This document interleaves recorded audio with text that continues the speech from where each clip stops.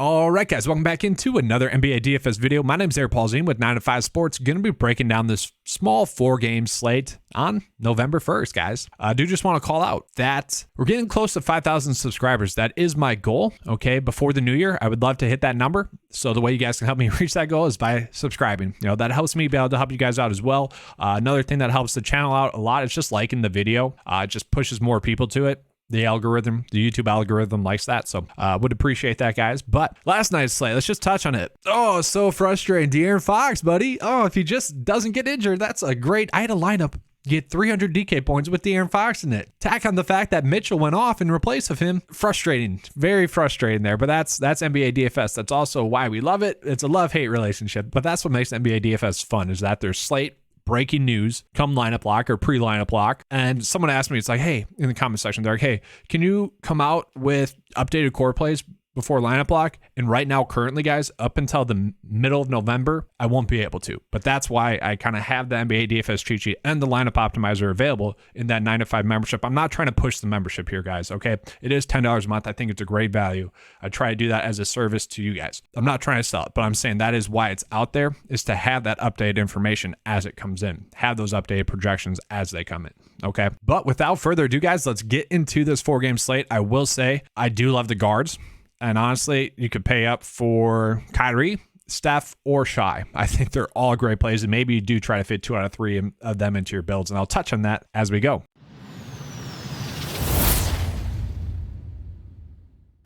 All right, guys, getting to the top 5 core plays on this slate. I will start off with a FanDuel play here for you guys, because I think this is a big separation point, is that Wendell Carter on FanDuel, a little bit cheaper, gets a strong matchup going against OKC. I do see him being someone that should be able to get to 30 to even 40 DK points, given the matchup, given how many minutes he's going to get. Should get around 30 to 35 minutes. If he does, then he should be able to put up 30 to 35 FanDuel points. On DraftKings, kind of priced up a little bit. Okay, so maybe you're staying away from him.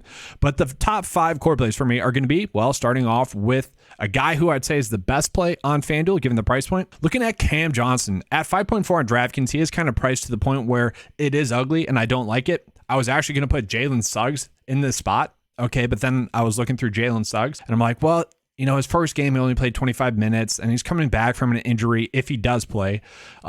Like, how many minutes is he actually going to get? Because if he does get 30 minutes, he's a great play, definitely underpriced. But I'm like, I don't know how many minutes he's going to get. I think we can project Cam Johnson with DeAndre Ayton out to get those minutes and to get that usage bump as well. I do like the price point. I do think he's going to be able to go for 25 DK points or so. And I will say, once again, a much, much better play on FanDuel. So if you are playing on FanDuel, play him over there. Okay, FanDuel, you don't have to play him, but I still think he is a strong price point play. Minnesota runs out 2 bigs, you know, Rudy Gobert and Cat. So Cam Johnson's minutes should be secured, and maybe the center plays actually get in foul trouble or something like that. It just makes his role bigger. And then Jalen Williams, I actually do really like as a play, especially given the price point, guys. You can play him at shooting guard and small forward as well, which makes him an even better play because you can make him work in pretty much any lineup. Okay, in the last game, he saw 27 minutes and was able to score 29 DK points. Now, he was highly efficient shooting the basketball, had 5 shot attempts, made 8 of those. You know, that's good. Went 3 for 3 from the field goal stride, from the free throw as well. The thing with it is, this is also a matchup play as well. You look at the Orlando Magic. His defense versus position, point per minutes, the Magic have given up 1.2 DK points per minute. Okay, so Jalen Williams, let's just say he gets 25 minutes. Just based off of that, he should be able to hit value. And he is someone that has been over a DK point per minute thus far on a very small sample size, but he's a player that I think, given the price point, shouldn't be able to bust. Okay, obviously it's NBA DFS, things happen, but he should be a strong price point play for you on the slate. Then the next play I really like is going to be Bam Adebayo. Looking at the price point, it is a strong price point going against the Golden State Warriors, a team in which he just went for 49 DK points against, okay, not too long ago. If the minutes are there, if this game stays close and it's not a blowout, he should be a very strong play for you on this slate. The Warriors defensive, I call it DVPPPM, defense first position point per minutes. Okay, the Golden State Warriors are giving up 1.37 DK points per minute to opposing centers. That is a very strong kind of data point there for Bam Adebayo, who, if he does get those minutes, if he gets over 30 minutes, heck, even if he gets 30 minutes at this price point, he should be able to hit value. Like, there shouldn't be that much risk associated with this play. And if he can get a double-double, that's just going to help him out even more as a play. We'll say Banchero, I still really like as a play. I still think he's going to be a strong price point play. Now in the last game, he finally had a poor night shooting, went 1 for 6 from the 3-point line and then 6 for 20 overall. But those shot attempts were still there. We still are encouraged by that. So let's just say he has a normal night shooting. He should be a strong price point play. I would say we're locking in 35 to 40 DK points. This is a matchup, a game in which should stay close, and we're not too worried about the defensive matchup as well. I think, last game where it's just an off game, poor shooting, then led to poor rebounding, not being able to get assists. I think that's going to bounce back in this game, and I think he's going to be a very strong price point play once again on this slate. And then my number one core play is going to be Shy. Now, I am a little bit worried that the price point's a little bit too high, especially for a guy that just scored 63 DK points in an overtime game. That's kind of skewing the data a little bit there, but the minutes are there, guys. 34 minutes is his lowest minute total. If he gets over that, he's been able to score 55 or 57, 63, and 63 DK points. But I do like the floor that we're getting. It should be at least 40 DK points. And I know, given the price point, we need more than that, but I do like the safety in him as a play. Like if we're paying up for someone, I don't hate Kyrie Irving, but obviously priced up a little bit more. I would say Kyrie has about the same floor. Curry, probably right around the same floor as well, about the same upside as well. He did just go for 59 DK points against the Miami Heat. You could play him as well. But then we get down to Devin Booker.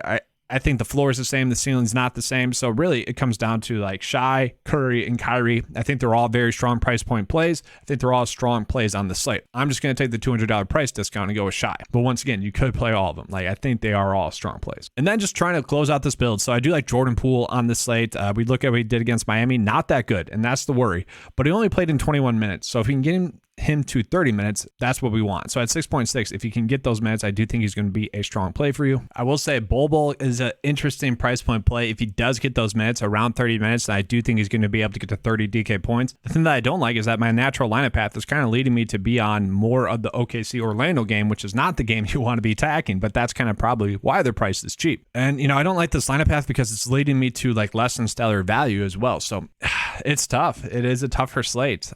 Let's see what adjustments we can make here. I'm just gonna I can't put Jalen Suggs in there either.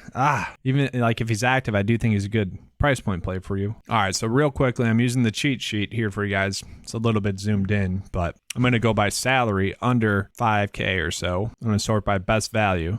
Javonte Green. Okay, let's just put him in there for now.